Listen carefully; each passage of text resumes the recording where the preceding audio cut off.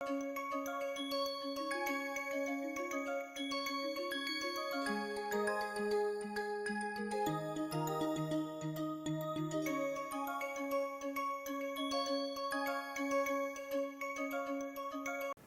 back to the series of lectures on high-performance scientific computing. In the past few videos, we have been discussing on different profiling tools, how to analyze your code and sort of increase the performance. Because unless we analyze the code and figure out where the code is spending most amount of time, we will not be able to figure out how to improve the efficiency and performance of the code. Now, when we are using parallel programs, especially on a distributed machine, this process becomes a little bit tougher because the program now runs on different computers and roughly at different speeds as well. So, we need to figure out where the bottlenecks are. So, today we will discuss a little bit about why MPI performance matters. We know that MPI, which is the message passing interface, is the bedrock of distributed memory machines.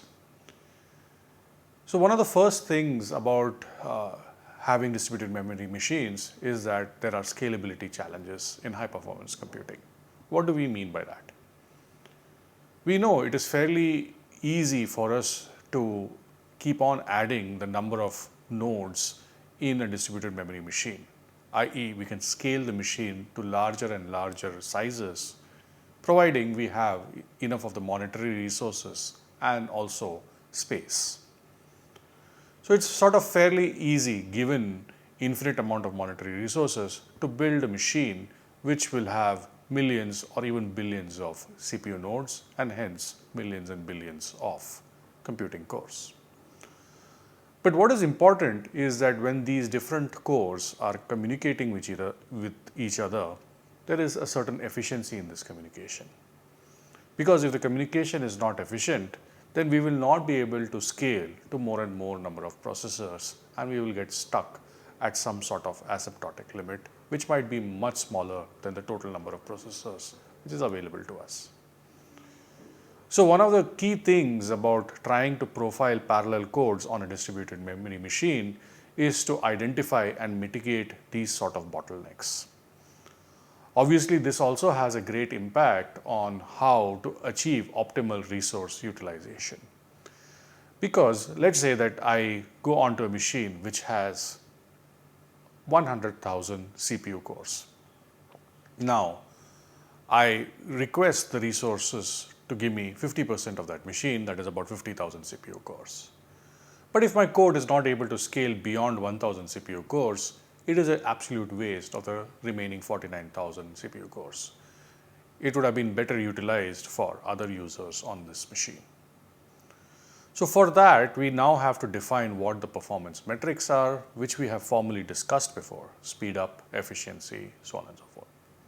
But how do we actually then look into the codes to see where the code is spending most of its time, and how do we sort of then improve the code in terms of these metrics? So, now let us understand what are the factors that will affect the MPI performance. We know that MPI is a communications library where data is being sent between the different processes using the MPI API, which is MPI functions like MPI send, MPI receive, and then we have seen a little bit more of complicated functions like MPI gather, MPI scatter, so on and so forth. With each of these MPI functions, there is a communication overhead. In the sense, the message packets have to be assembled, then they have to be transmitted, they have to be received. All this is being done on sometimes a physical network. So, we need to figure out what the latency is, what the bandwidth is. So, latency, the idea is that how soon can I get my first message, and bandwidth is once I get my first message, at what rate can I get this message. So, there is always a communication overhead, which is a big factor in MPI performance. So, we need to figure out how much of a communication overhead is there in this code.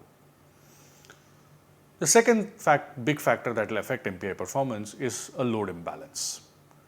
Let us say that we distribute a problem unevenly.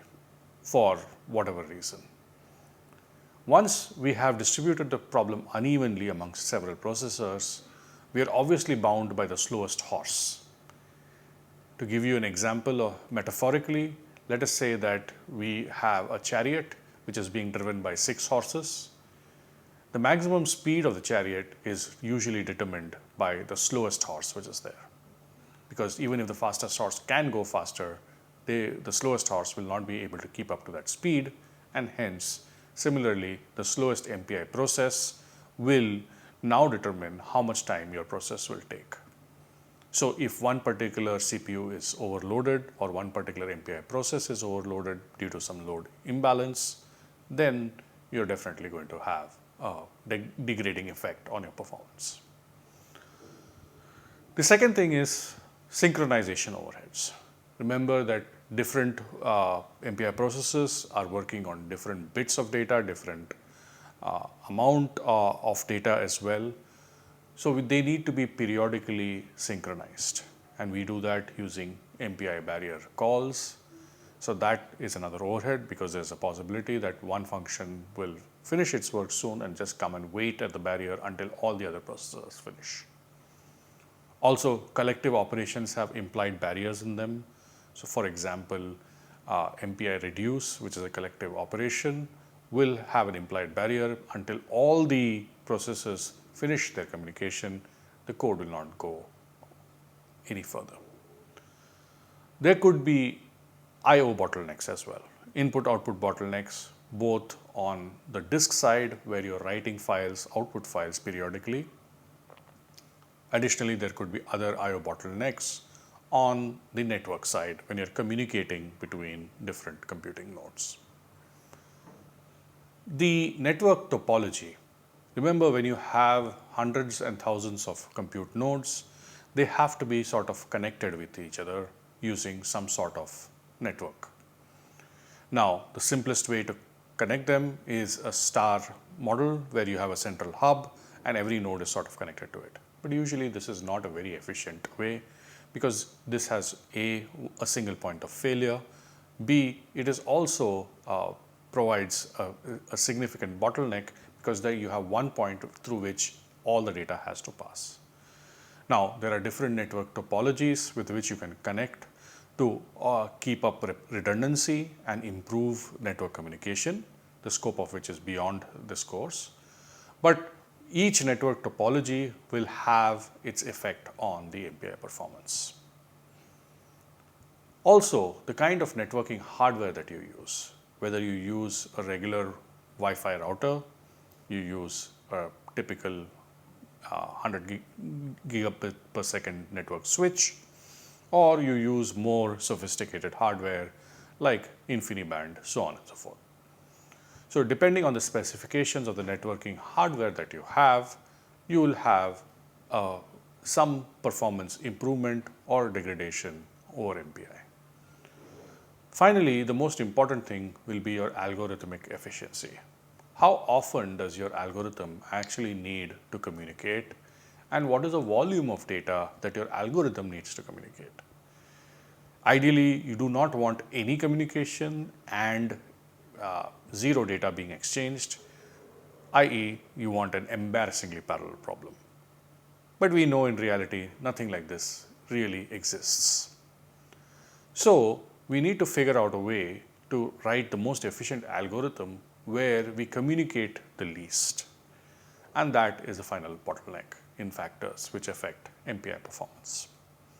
So we sort of have to analyze all these different factors, and we need tools to analyze these factors. So the key performance metrics which finally come up is speed up, which is the ideal versus actual speed up. So the ideal speed up for us would be, if we throw n processors at the problem, we want a speed up of n. But the actual speed up may or may not be equal to n. In most cases, it will be much lower than n, and that will lead to a subpar efficiency below 100%. There could be very outlier cases due to cache efficiency where you actually might see speed up greater than ideal, but those are extremely special cases.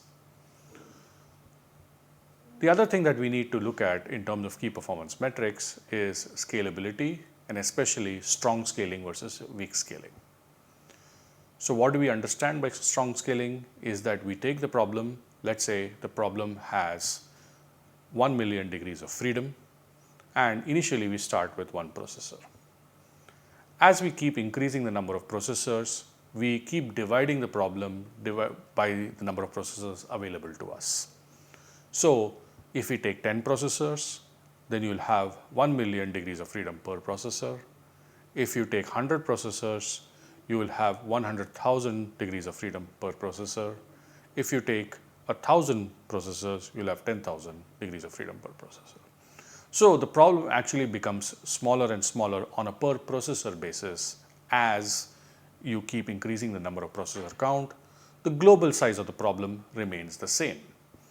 And then we figure out whether we get the speed up, whatever speed up we get, and hope that it is close to ideal.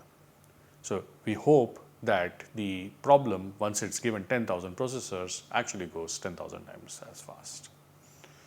The other way that I can approach this problem is weak scalability. Let us say that I have a problem which has 1 million degrees of freedom and it takes X amounts of time on one processor. Now, I take a problem which is 2 million degrees of freedom, twice the original size. I give it 2 processors, twice the amount of resources, and I hope that it takes exactly the same amount of time. Now, that is called weak scaling. But in reality, when you double the size of the problem and give it twice as much resources, the time usually doesn't remain the same, it actually increases slightly. So similarly, when we are looking at weak scaling, we will look at a problem of 1 million, 2 million, 10 million, 100 million, giving respectively twice the resources, 10 times the resources, and 100 times the resources. So that is the difference between strong and weak scaling. Finally, most of the problems that we look at it on an iteration basis. So we typically look at how much time per iteration it takes. So these are the few key performance metrics that we need to keep in mind when we look at scalability of MPI programs. There are several tools of MPI performance analysis. We have looked at the profiling of serial codes. So when we profiled serial codes, we looked at where the serial code spends most amount of time, and then we put our efforts in parallelizing those bits of codes. But now we have to come and analyze where does the code spend its time while it's doing things in parallel. So we have quite a few number of tools which help you do this sort of analysis. One of the most basic communication analysis is done by a tool called MPI, which we'll be discussing in detail. And there are a few other performance analysis tools called Scala SCA, which does advanced profiling and analysis, tuning and analysis utilities, Vampire, which is visualization and analysis, and then finally the Intel Trace Analyzer and Collector, which is an Intel specific tool. We will look at MPI for basic communication analysis a little bit in depth. What we will understand is the MPI output, which basically looks at the message size. It gives us the frequency analysis of how frequently messages are sent, in what sizes they are sent, what parts of the program are communication hotspots, in the sense that we will be able to figure out which functions in program send or receive most of the data. This will help us to identify potential bottlenecks, and it will give us a nice report. So now we will look at an example MPI report. Before that, we will discuss a little bit of details about the tool. Now let us look at the basic principles of profiling MPI. What are we actually doing? We are trying to intercept all MPI application programming interface calls. So we essentially use wrappers for all MPI calls.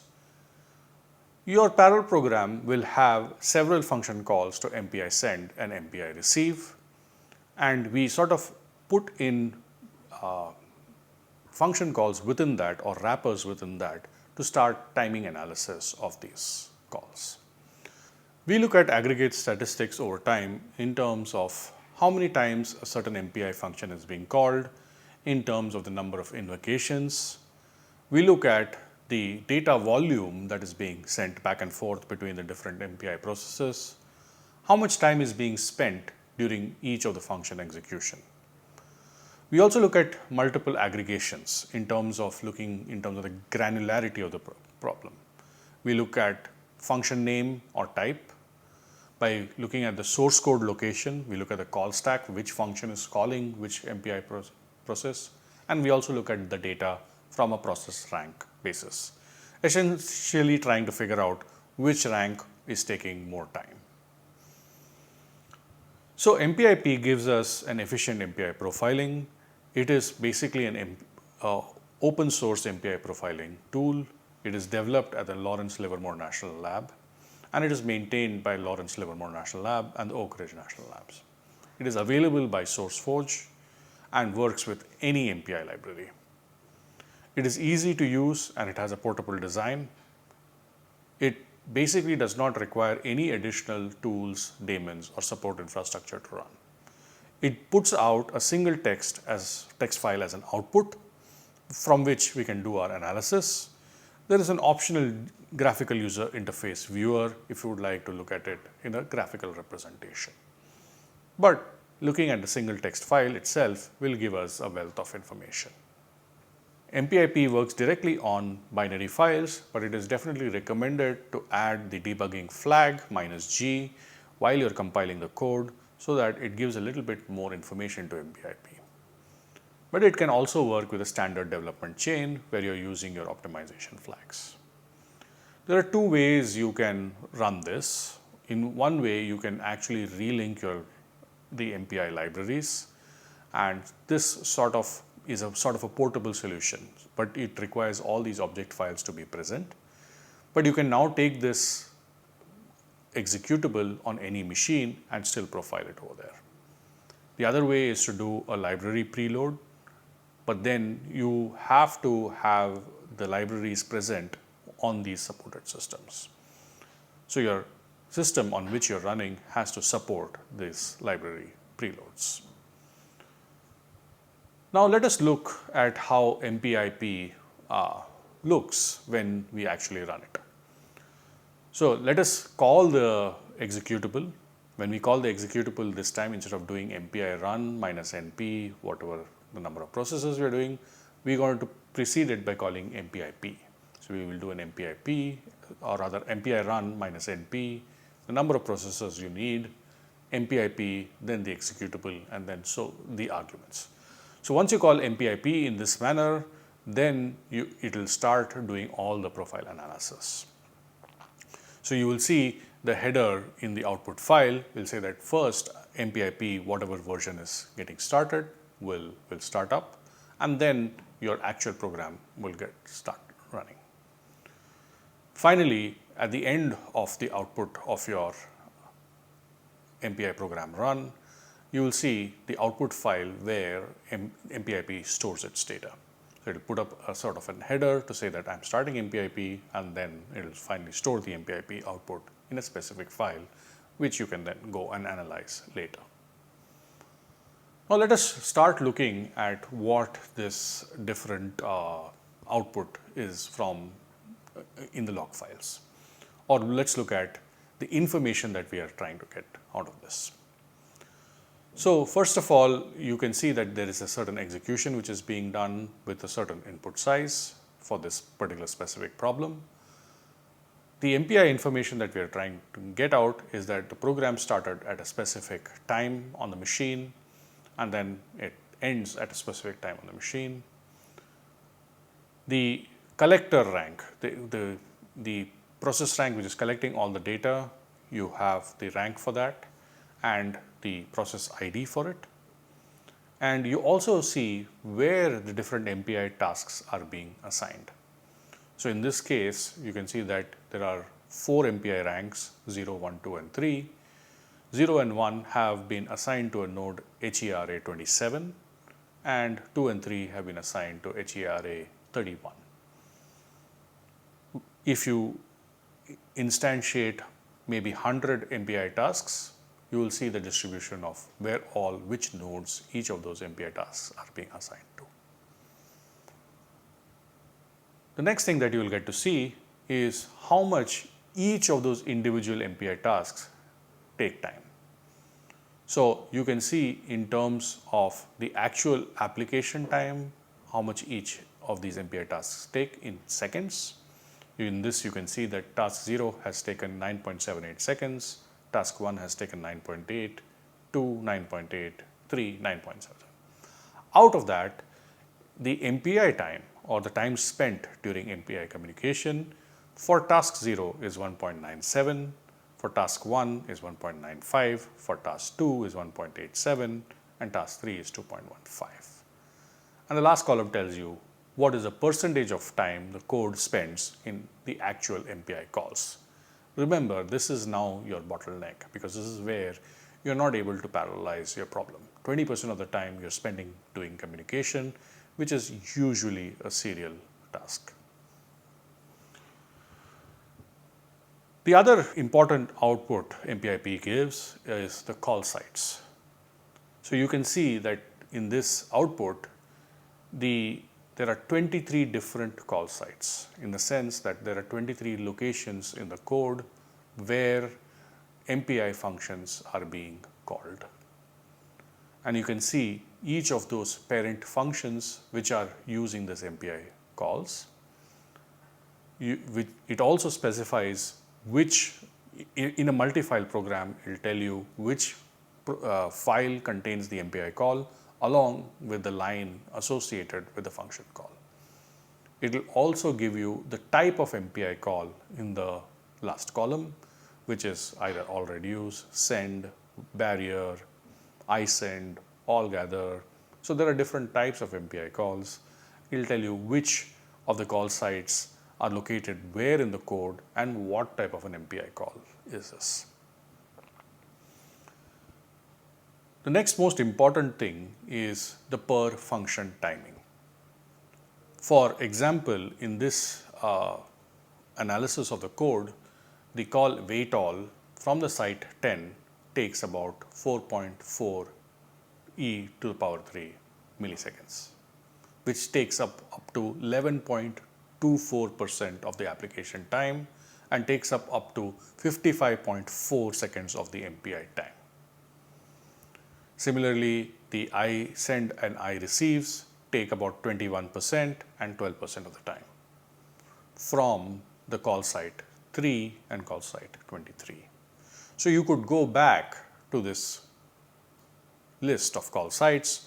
You can then correlate, okay, call site number 10, that means in communication.c, line number 667, that's where the code is spending most of its time. Now you can then go ahead and analyze your algorithm around this particular lines of code and figure out if there are any ways to improve it. So you now know that this is one of the biggest bottlenecks in your code. Similarly, you can look at the analysis for each and every particular call site, how much time is being spent, what percentage of time is being used in the MPI calls and in the applications as well. The other way that you can look at it is per call site timing. You can now look at the all gather statistics at site 16 and you can see on a rank by rank basis how much time is being spent over there. You can see that at site 16, rank 0 is spending minimal time, but rank 3 is spending a little bit more time.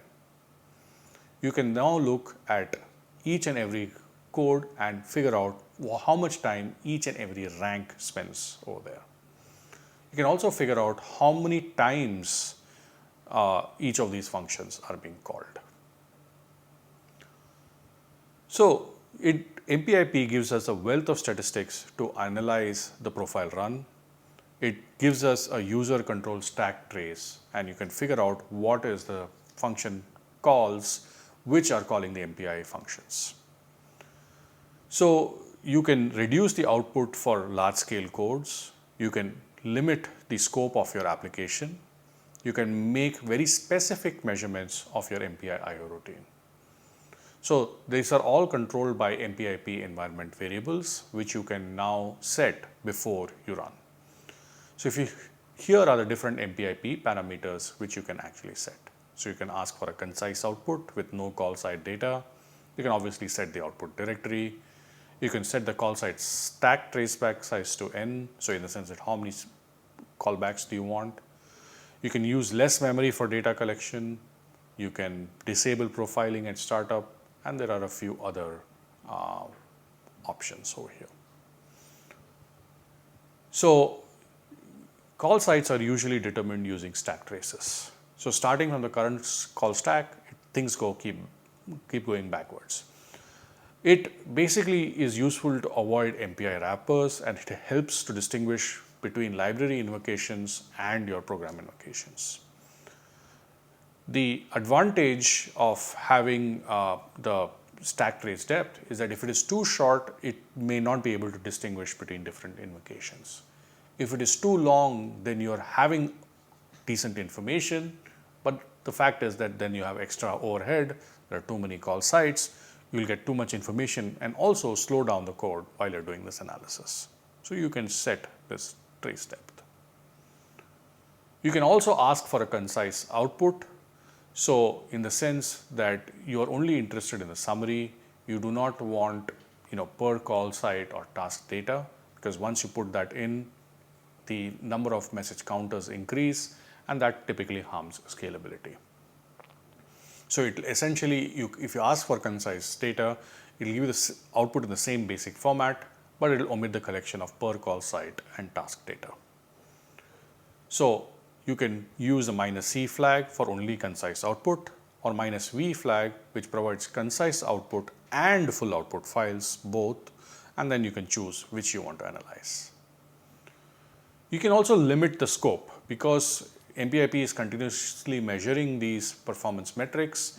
You can say that I want to stop profiling at certain place, I want to enable profiling at certain place, I want to reset the profile data, I want to generate a full report, or I want to generate a concise report by using the MPI control function, MPIP control function. So for example, if you set up the MPIP controls in this manner, I can now say that if it enters case 5, please reset the profile data and then enable profiling. If it enters case 6, you can now disable the profiling and then finally generate only a concise report. So you can have more control over which parts of the code you are actually profiling. So this is an extremely useful tool for us to analyze how MPI programs spend their time. And it is extremely important for us to use these codes to look at the efficiency of our programs. Thank you.